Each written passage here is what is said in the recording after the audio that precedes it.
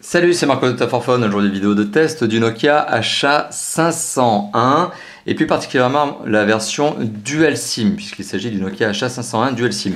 Bon, sachez avant que l'on commence cette vidéo que la version double SIM et la version simple SIM sont strictement les mêmes, bien évidemment, si ce n'est cette notion de double SIM. Quoi qu'il en soit, on est donc sur le test du Nokia HA501, un test en avant-première, tout simplement parce que le téléphone n'est pas encore commercialisé en France. Ça, c'est la première chose. Un téléphone qui, comme son nom l'évoque, bien évidemment, comme son nom l'indique, va être placé au sein de la gamme HA, par opposition à la gamme Lumia. Alors pour resituer un petit peu la chose, on sait que Nokia est en fait divisé en trois gammes. Donc il y a la gamme des HA, qui est principalement la gamme des entrées de gamme.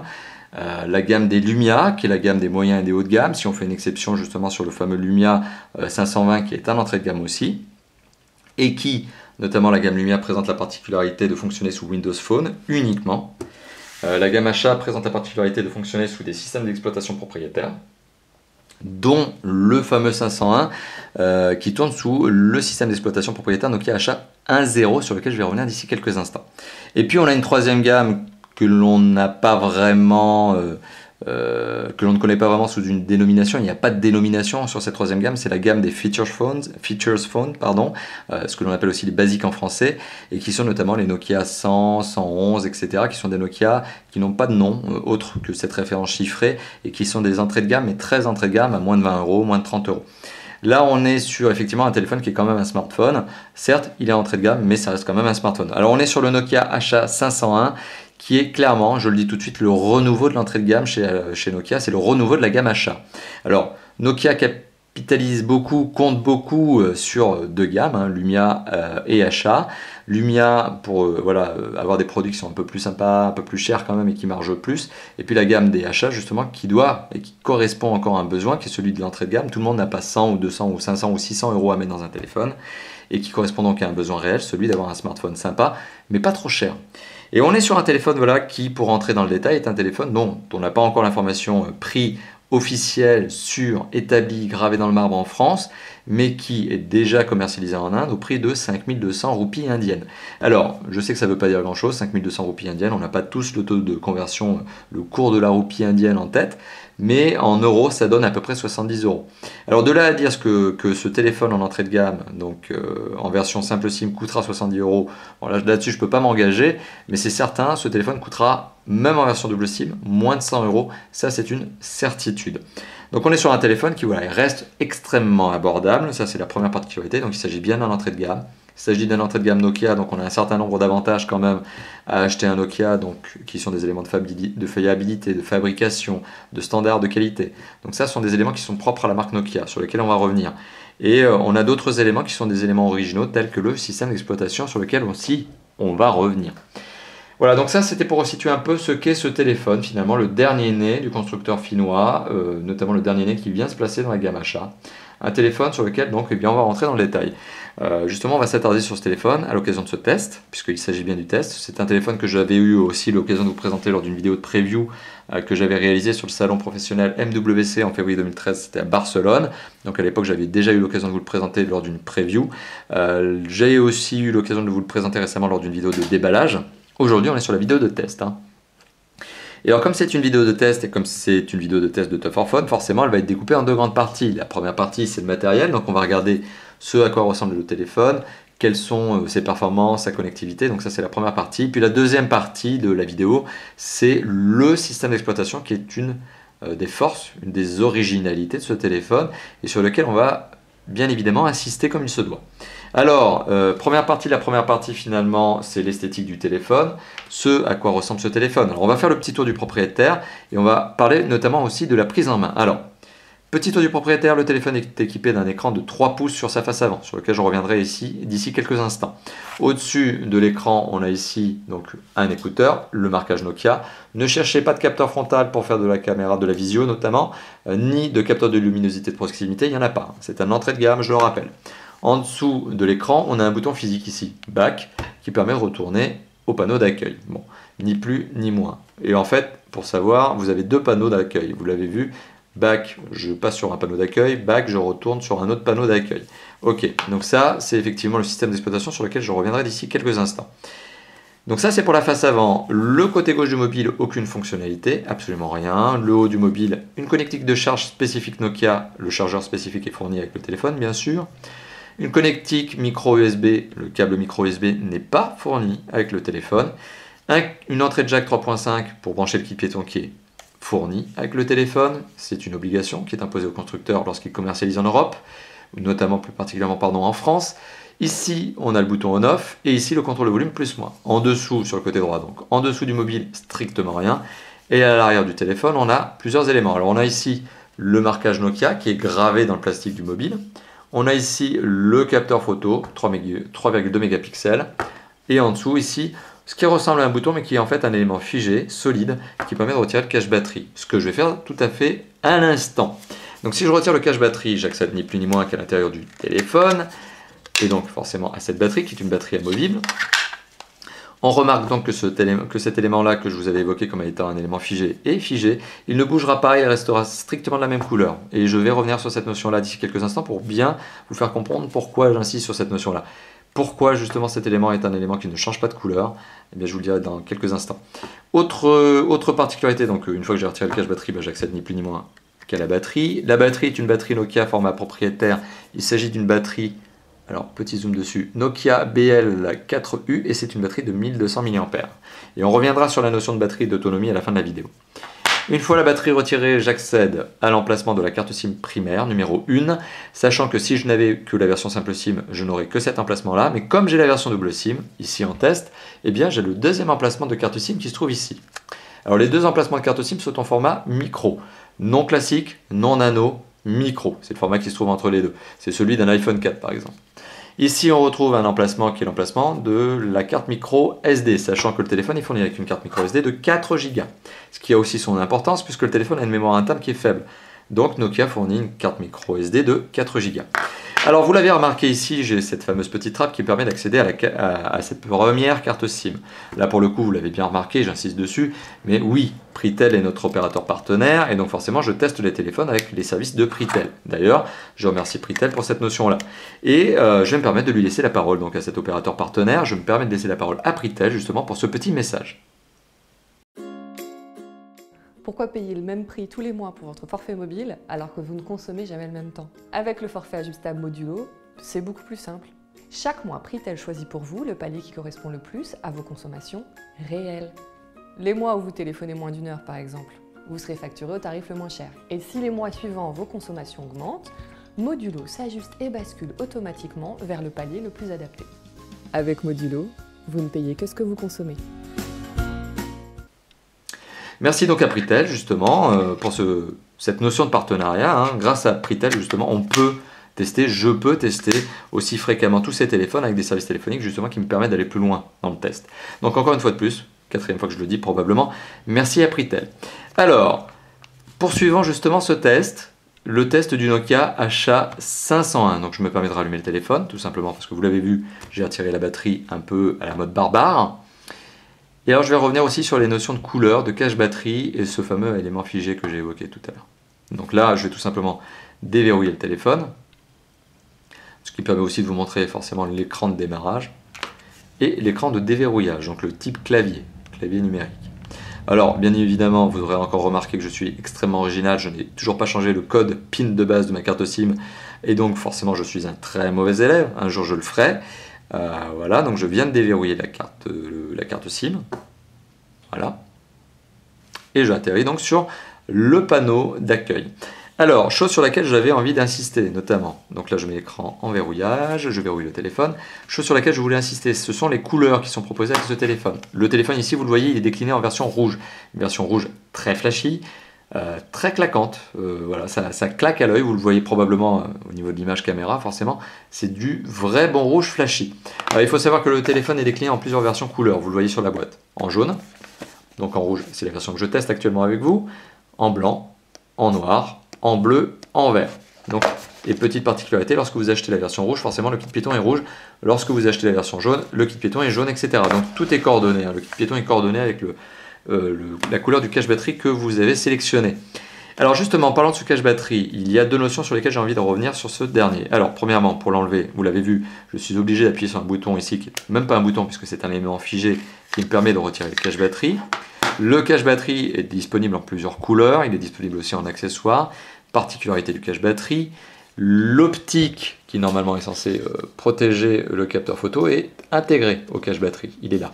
Et c'est en fait un petit élément plastique, donc transparent bien sûr, sinon vous ne pourriez pas prendre vos photos, ça va de soi, mais c'est un élément qui présente la particularité, comme il est figé à ce cache batterie, à cette coque, comme il est figé à cette coque, si jamais il devait se rayer, et ça arrive avec le temps, hein, je vous rassure, hein, rien n'est éternel et les optiques de téléphone se rayent inévitablement. Et bien si jamais cet élément est rayé, vous pouvez très bien changer le cache batterie et repartir avec un protège optique neuf. Voilà, donc ça c'est la première des choses. La deuxième des choses que j'avais envie d'évoquer, c'est ici cet élément donc, que j'appelle bouton, mais qui n'est absolument pas un bouton puisque ça ne clique pas, ça ne sert à rien. Et bien cet élément ne sert justement qu'à retirer le cache batterie, il est figé, vous ne pouvez pas le changer. Et la particularité, c'est que si jamais vous achetez ce téléphone en rouge et que vous vous disiez que ça serait bien de changer de couleur, de prendre par exemple un élément, une coque jaune ou une coque bleue ou verte ou blanche, etc. Sachez que le bouton lui reste toujours de la même couleur. Ce qui veut dire que par exemple si vous prenez un cache batterie jaune, et bien, que vous avez pris à l'origine un téléphone rouge, comme c'est le cas ici par exemple, et bien vous aurez ici un bouton rouge qui va jouer avec votre cache batterie jaune. Ce qui m'amène forcément en fait à vous faire cette simple recommandation. Après, c'est à vous de voir si vous voulez vraiment changer de cache batterie un jour. Mais si jamais vous achetez ce téléphone avec cette notion, cette idée qui consiste à changer, à avoir cette souplesse et donc à changer de cache batterie, moi je vous recommande quand même la version noire. Ça gère moins d'avoir un bouton ici noir et avec un cache batterie rouge, jaune ou autre, que d'avoir ici un bouton jaune par exemple avec un cache batterie rouge ou vert avec un cache batterie bleu, etc. Donc vous m'avez compris. Personnellement, j'aurais tendance à vous recommander la version noire, ne serait-ce que pour cet élément-là, qui est changer le cache batterie. Par contre, si vous ne voulez pas changer de cache batterie, vous pensez que vous resterez toujours en rouge, eh bien vous pouvez en tout cas parfaitement le prendre de cette couleur-là dès l'origine. Voilà, donc ça c'est la particularité en termes de design. Maintenant, on va revenir aussi sur une notion qui est une notion de prise en main. Le téléphone a un écran qui fait 3 pouces, forcément, eh bien c'est un écran qui permet d'avoir des dimensions compactes. Donc on est sur un téléphone qui a une très bonne prise en main, parce qu'il a des dimensions, je viens d'évoquer, qui sont compactes. On est sur un téléphone qui fait 9,9 cm de haut, qui fait 5,8 cm de large et qui fait 1,2 cm d'épaisseur. Donc on est sur un téléphone qui est compact, c'est clair. On est sur un téléphone qui est compact et en plus qui est léger, 98 grammes. Donc c'est un téléphone, encore une fois de plus, léger, c'est une bonne note. Ça c'est en raison... c'est la conséquence positive finalement d'un téléphone qui a un châssis et une carrosserie en plastique. Mais alors justement, lorsque l'on parle de châssis de carrosserie en plastique, il y a une contrepartie généralement qui elle est négative, qui est la torsion, en tout cas la souplesse éventuelle que l'on peut avoir. Pour le coup, on est sur un téléphone qui n'est pas souple. On est sur un téléphone, lorsque je fais le test de torsion que je suis en train de vous montrer ici, qui ne plie pas. Il n'y a pas de courbure au niveau du châssis, parce que le téléphone a beau être en plastique, il est quand même extrêmement compact, il est extrêmement tassé, et donc forcément il reste rigide. Une rigidité qui est accrue notamment aussi par sa dalle tactile. La dalle tactile est une dalle tactile capacitive, donc qui utilise une vitre qui n'est ni traitée anti-rayures ni anti-casse. Donc inutile d'essayer de jeter le téléphone par terre ou de prendre une pièce ou un couteau pour essayer de voir si ça raye, ça va rayer, ça va casser.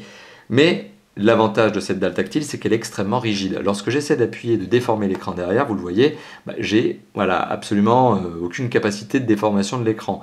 Donc on est sur une dalle tactile, et là j'appuie vraiment, mais vraiment très très fort.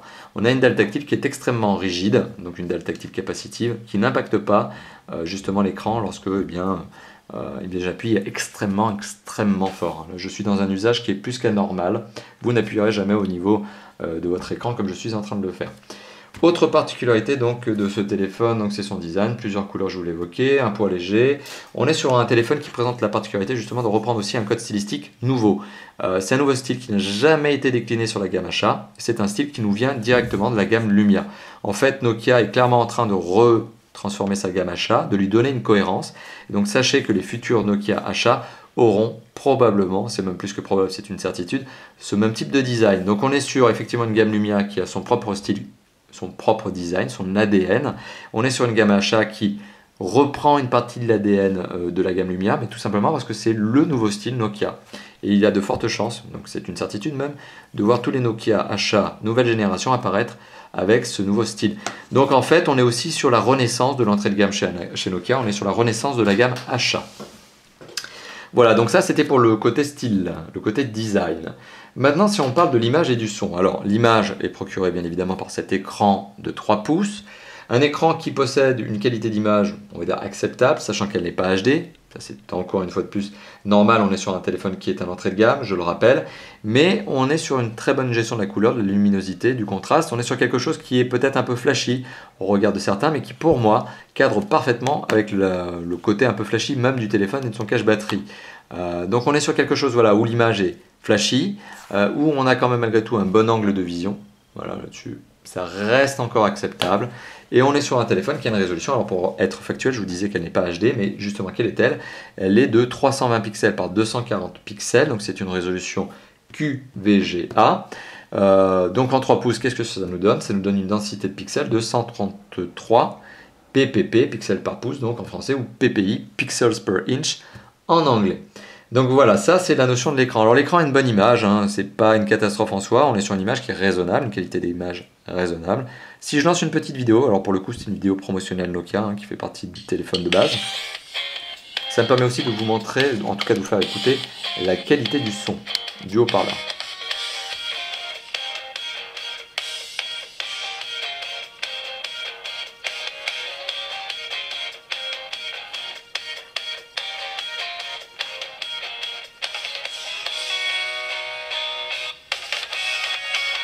Alors le son est procuré par un haut-parleur qui se trouve juste à l'arrière du mobile, qui est d'ailleurs très discrètement placé. On ne le voit pas, hein, on ne s'en rend pas compte. D'ailleurs, la première vidéo de déballage que j'ai faite, je ne savais pas où il était.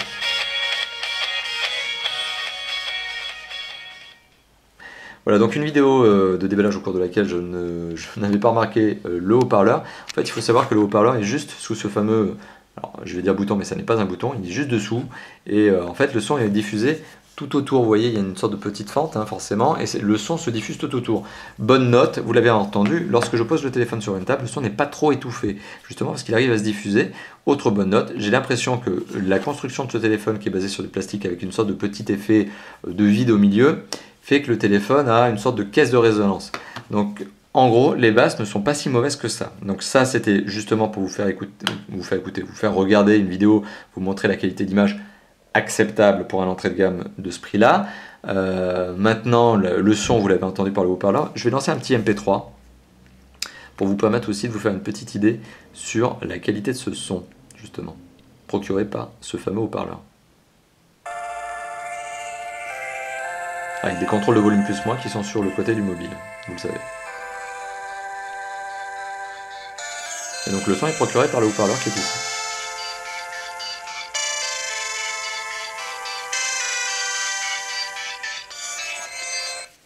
Et on est sur quelque chose, vous l'avez compris, qui n'est pas mauvais. Alors le lecteur MP3, c'est un lecteur MP3 Nokia, hein, puisque le système d'exploitation est propriétaire. Bon, il n'est pas trop mal fait non plus. Alors il ne gère pas le mode paysage portrait, hein, il reste figé, mais il est parfaitement fonctionnel. Voilà, il permet de passer d'un titre à l'autre sans aucun souci.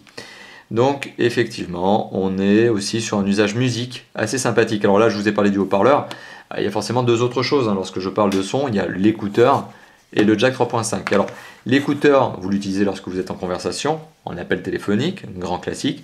Le son est normal, il n'y a pas de déformation de son, ça marche très très bien. Ça c'est le premier élément, l'écouteur est un bon écouteur. Le jack 3.5 est un jack 3.5 tout à fait classique et standard, pas de déformation de son à constater. Le son reste fidèle au titre que vous écoutez, si ce n'est qu'effectivement la couche logicielle peut éventuellement déformer le son, en tout cas vos habitudes, dans le sens où il n'y a pas d'équaliseur. Donc forcément, si vous avez l'impression qu'il manque de basse, ça manque de basse parce que vous n'avez pas d'équaliseur sur le téléphone, vous ne pouvez pas régler le son. Mais le jack 3.5 lui en lui-même, en termes de matériel, n'est pas un élément perturbateur. C'est pas ça qui va vous dégrader la qualité du titre MP3 que vous écoutez, ou en tout cas votre appréciation.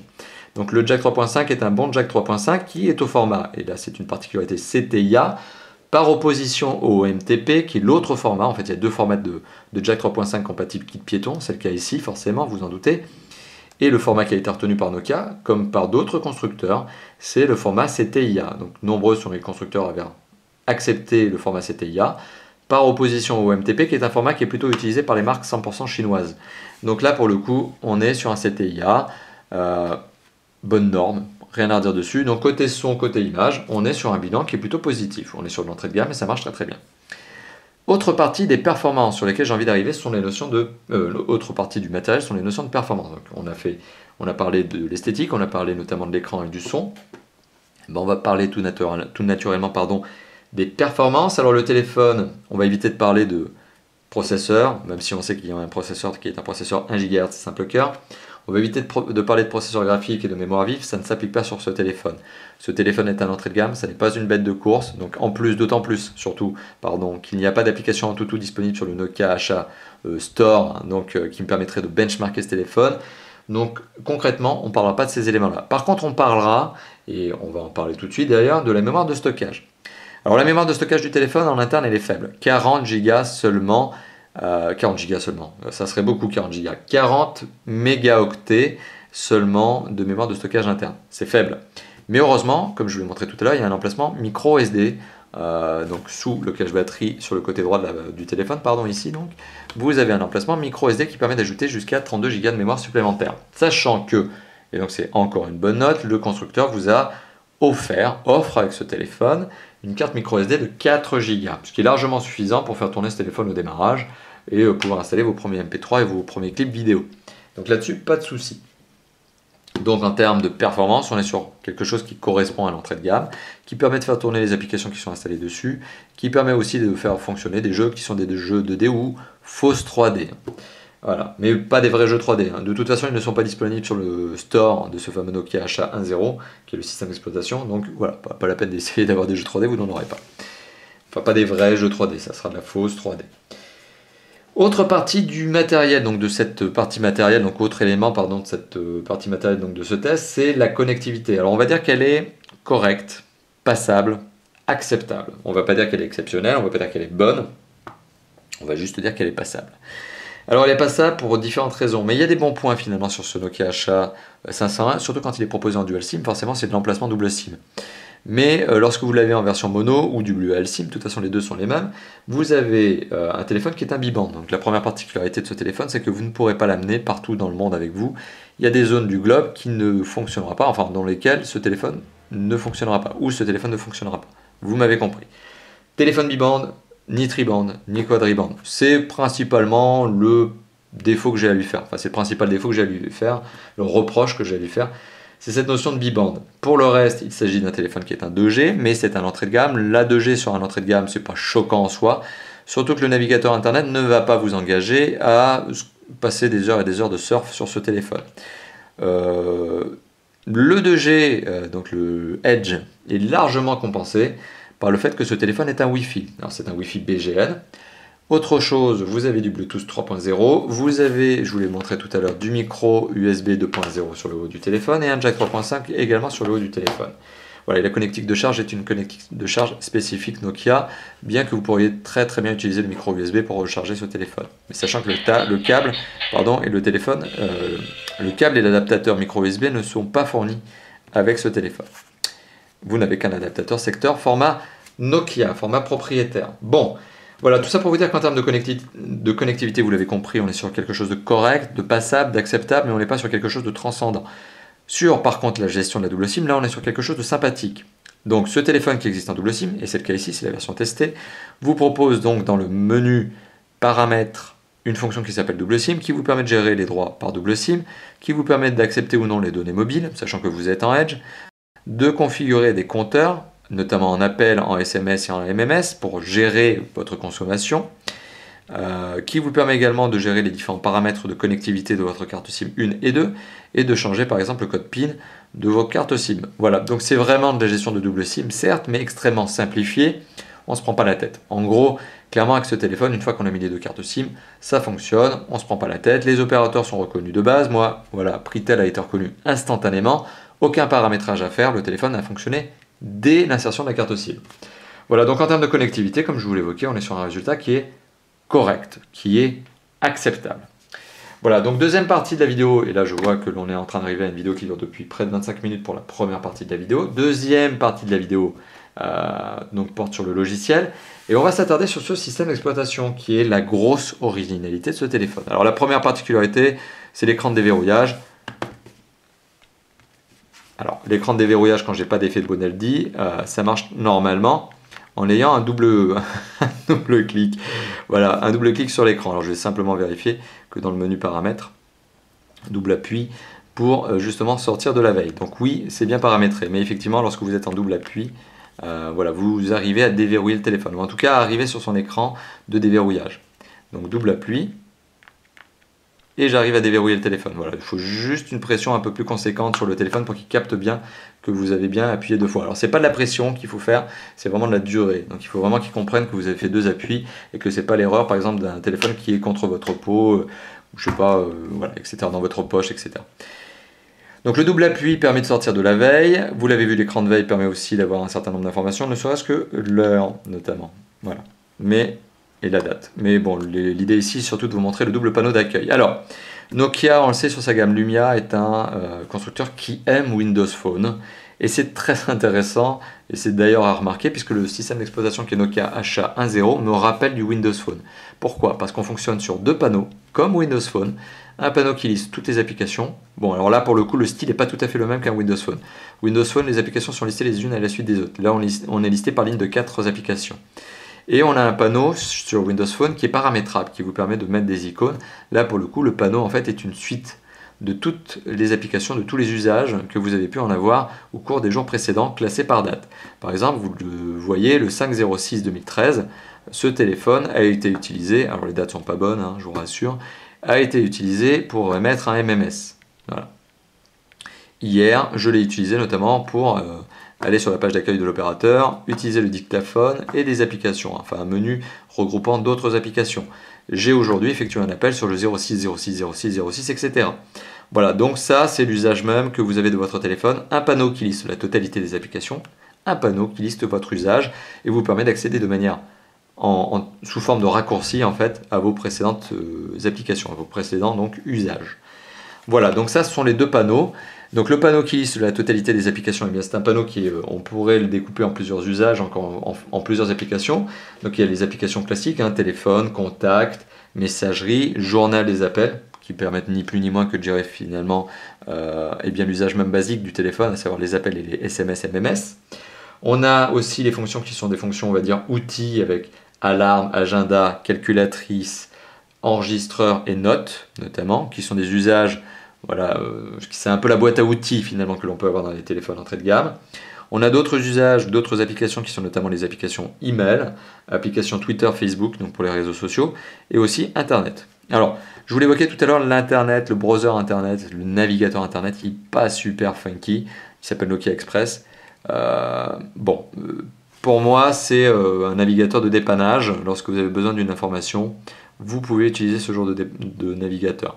Pour le reste, c'est pas super agréable à utiliser et le navigateur a un peu de mal à calculer certains templates comme par exemple le template de Top 4 Phone. Alors là j'ai tapé Top 4 Phone directement dans la barre, j'espère qu'il va comprendre un petit peu ce que je lui dis. Ça n'a pas l'air, donc on va aller sur Google, hop, voilà, en espérant que mon Wi-Fi ne me lâche pas parce que là on est en Wi-Fi. Donc vous l'avez vu, vous avez même ce petit panneau en haut, ce chariot de notification qui vous permet... Ah bah voilà, bah pour le coup, mon Wi-Fi a été déconnecté, recherche en cours. Donc là pour le coup, vous voyez mon Wi-Fi est KO, ça m'apprendra. Ça m'apprendra, donc je ne vous montrerai pas cet usage-là, mais effectivement le navigateur internet, vous le voyez, il n'est pas super fun, on s'en passe, vraiment on s'en passe. Enfin on se passe de cet usage, pour moi qui est plus un usage, on va dire, de dépannage. Un peu comme le capteur photo sur lequel je vais revenir d'ailleurs, et sur lequel je vais arriver tout de suite d'ailleurs en fait pour le coup. Le capteur photo c'est un 3,2 mégapixels, sur lequel on a un zoom numérique à la mano, ici. Alors là pour le coup je prends une petite miniature. À savoir que la photo que vous êtes en train que je vais prendre, enfin une photo que j'ai prise avec ce téléphone sera postée en échantillon sur l'article test publié sur Top 4 Phone. Donc sur le site Top 4 Phone, vous avez l'article de test du Nokia HA501 et vous retrouverez un échantillon photo réalisé avec ce téléphone. Alors, on n'a pas énormément d'options, on a la minuterie, la balance des blancs, on peut gérer des effets, avoir un son sur le déclencheur ou pas, gérer la résolution de l'appareil photo, comme si 3,2 mégapixels c'était trop, et bien ça vous permet de la dégrader pour mettre encore plus de photos sur la mémoire de votre téléphone ou la micro SD. Vous pouvez prendre des photos, vous pouvez prendre aussi des vidéos. Voilà. La fonction vidéo, elle est toute simple. Et encore une fois de plus, on dirait presque un Windows Phone avec ce petit compteur en bas à droite et le bouton on-off sur la droite. à gauche, pardon, et le bouton on-off sur la droite, donc le compteur en bas à gauche. Et puis le capteur photo, voilà. Alors il n'y a pas d'autofocus, hein, n'espérez pas avoir d'autofocus. L'autofocus, c'est à vous de le gérer. Voilà, donc c'est vraiment un capteur photo, on va dire basique, qui vous permet ensuite d'accéder à une galerie, qui vous permet ensuite de gérer vos différentes prises de vue. Donc, photo de qualité plus que passable, 3,2 mégapixels, pas d'autofocus, pas de flash LED, c'est vraiment l'entrée de gamme avec une fonction photo qui est là pour dépanner encore, une fois de plus, à la rigueur pour personnaliser votre fond d'écran. C'est principalement l'usage que vous aurez de cet appareil photo. Vous ne pourrez pas imprimer les photos avec une vraie idée de qualité, ça ne marchera pas. Autre notion qui est intéressante, c'est le store. Il faut savoir que ce téléphone donc, est doté d'un système d'exploitation, comme je vous l'indique depuis tout à l'heure, qui est spécifique, propriétaire, Nokia HA10, est doté d'un store. Alors pour le coup, forcément, j'ai oublié, mon Wi-Fi a l'air bien KO. Ok, d'accord, donc il est tellement KO que forcément je suis obligé de passer en Edge. Bon, pour le coup, vous l'avez vu, je passe en Edge, donc ça marche encore. Mais voilà, on est sur un store qui permet de télécharger des applications, des jeux, des éléments de personnalisation. Bah, il est bizarrement, c'est mon propre ressenti, bizarrement il est plus complet que celui d'un Windows Phone. Tout simplement parce qu'il y a plus d'applications, sachant qu'en plus vous en avez des offertes, notamment lorsque vous créez votre compte, vous avez des applications qui sont des jeux qui sont offerts avec ce téléphone. Alors il y en a qui sont déjà préinstallés, Little Big City, je crois que c'est comme ça que ça s'appelle, qui vous permet de jouer à un petit jeu. Alors c'est du jeu 2D, hein, c'est pas des super jeux, mais voilà, ça vous permet d'avoir un petit agrément avec ce téléphone. Des jeux basiques, hein. Des jeux basiques, voilà, avec la belle petite musique qui va bien avec. Voilà. Je ne suis pas spécialement connaisseur de ce genre de jeu, je vous l'avoue honnêtement, et je vais m'abstenir de jouer à ce genre de choses. Mais quoi qu'il en soit, vous l'avez compris, il y a des petits jeux qui sont des petits jeux ludiques, il y a du SimCity même d'ailleurs, pour tout dire, il y a des Sims et autres. C'est des jeux 2D, hein. Mais étonnamment, je trouve le catalogue de jeux 2D de ce Nokia HA beaucoup plus conséquent que celui d'un Nokia Lumia. Donc pour les petits gamers, casual gamers, eh bien c'est pas mal. Donc voilà, sur cet aspect-là, on est sur quelque chose qui n'est pas trop mauvais. Alors je vous l'ai évoqué, donc un système d'exploitation qui est original, qui fonctionne sur deux panneaux, qui a cette notion de store qui est pas trop mauvais. Certes, on est sur un store qui est beaucoup moins riche que celui d'un Android ou que d'un Android Phone ou que celui d'un Apple, donc d'un iPhone avec son App Store, mais on est sur un store qui est sympa, qui est bien doté, avec des jeux 2D qui sont rigolos, mignonnés, voilà. Donc c'est une bonne idée. Ce système d'exploitation finalement est un système extrêmement simple à utiliser, qui est presque basique, on est sur de l'entrée de gamme, mais qui a les bonnes fonctions, qui sont bien faites, le lecteur MP3, le lecteur vidéo, tout est bien géré, on est sur un système d'exploitation qui répond bien, facile à utiliser. Vraiment, note positive pour le système d'exploitation.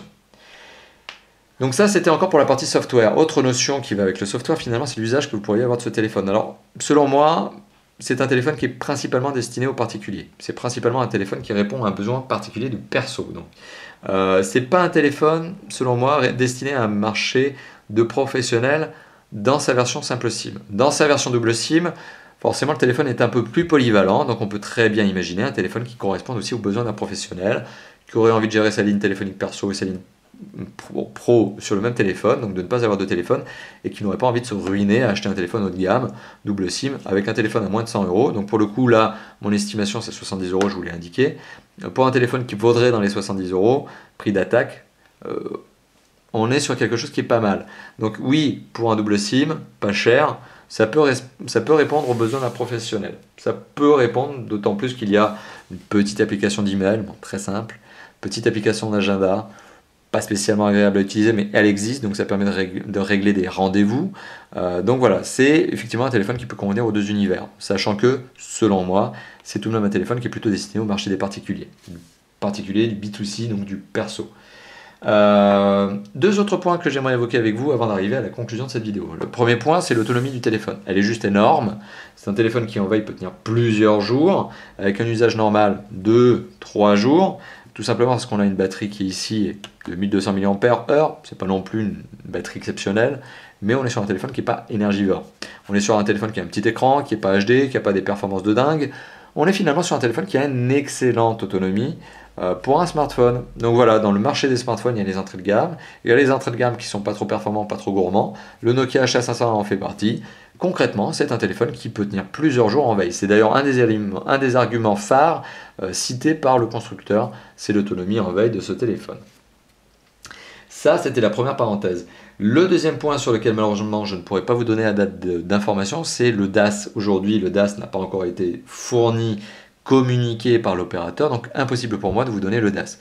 Par contre, sur ce téléphone, j'ai de bons espoirs, que ce téléphone arrive avec un DAS inférieur à 1 watt par kilo, sachant que la norme européenne, donc à ne pas dépasser, de 2 watts par kilo.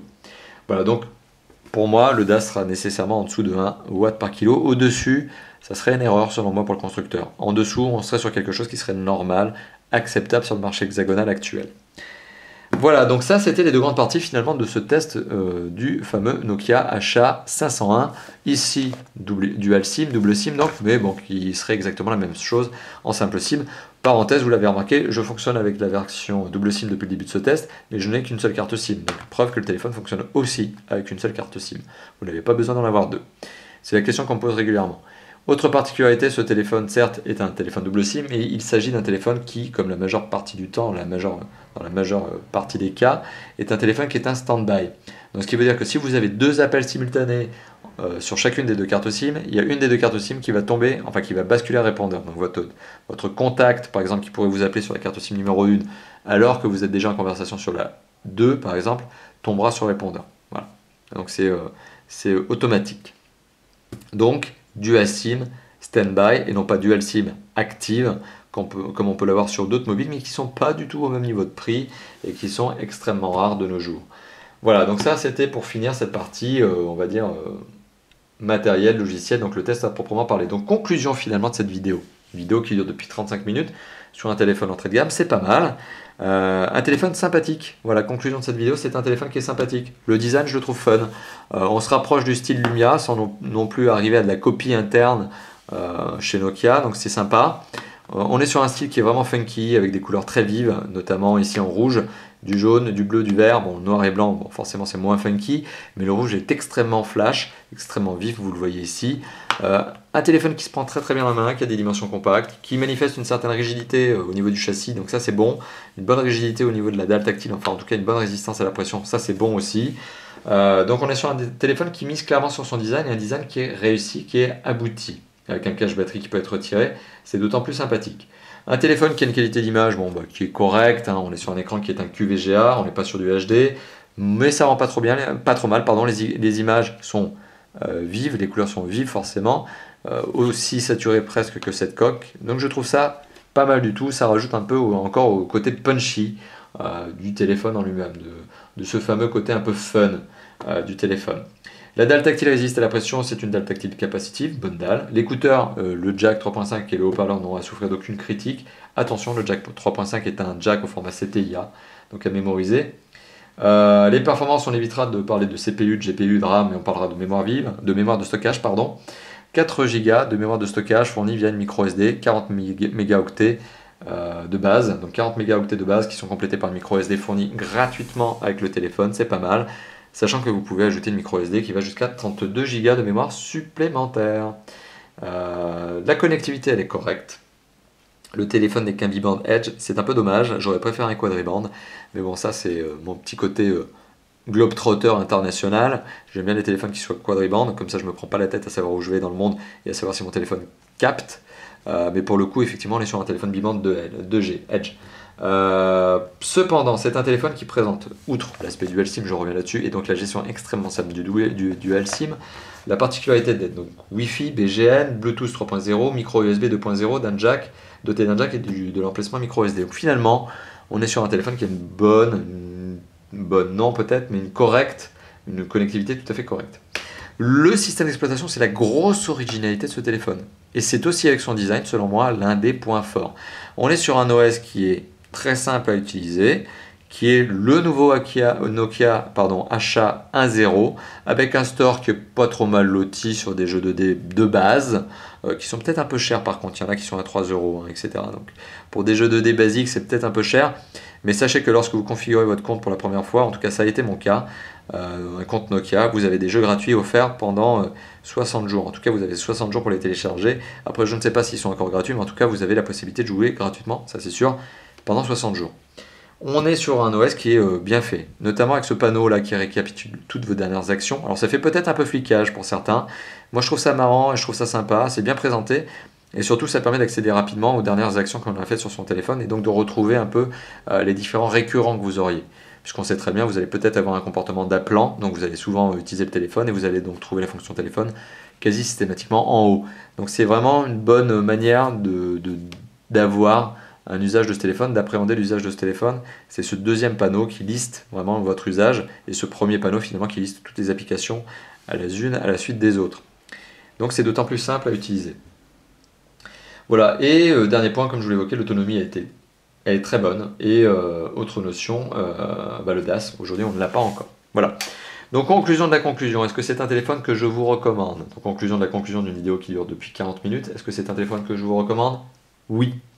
Clairement oui, c'est même un téléphone que vous pourriez très bien avoir en premier choix dans votre liste. C'est clairement un téléphone entrée de gamme, très sympathique, design, système d'exploitation, tout ça, donc ça je ne vais pas redire ce que je viens de dire, mais c'est un téléphone sympa, qui est vraiment fun, une esthétique vraiment cool. Moi j'aime bien, il est mignonné ce téléphone, il tient très bien en main, il a un écran 3 pouces certes qui peut faire petit par rapport à l'abondance de 5 pouces que l'on a sur le marché en 2013, mais c'est pas le but ici d'avoir un écran 5 pouces, on n'est pas sur un phablette, on est sur un téléphone compact que l'on trimballe partout, vif, coloré, fun, sympa, avec un système d'exploitation sympa à utiliser, facile à utiliser. Donc encore une fois de plus, selon moi, on est sur un téléphone vraiment sympa. Donc oui, je vous le recommande à l'achat, sans aucun doute. C'est vraiment un téléphone cool à utiliser, un téléphone pas cher dont j'attends, j'espère qu'il sera vraiment à 70 € en version simple SIM en France lorsqu'il sortira, mais qui sera certainement à moins de 100 €, ça c'est plus qu'une certitude.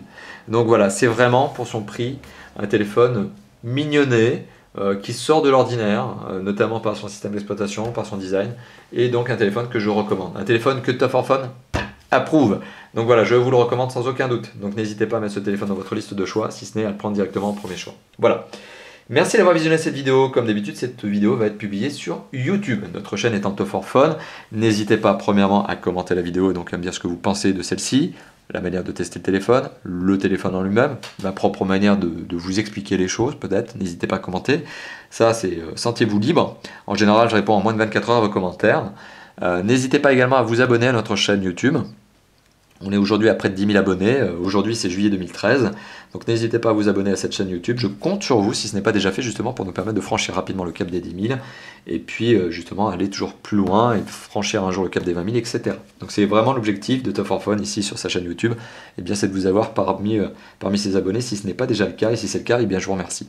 Autre chose, cette vidéo sera publiée bien évidemment sur le blog top-for-phone.fr, une URL que vous voyez déjà en haut à gauche de cette vidéo depuis le début.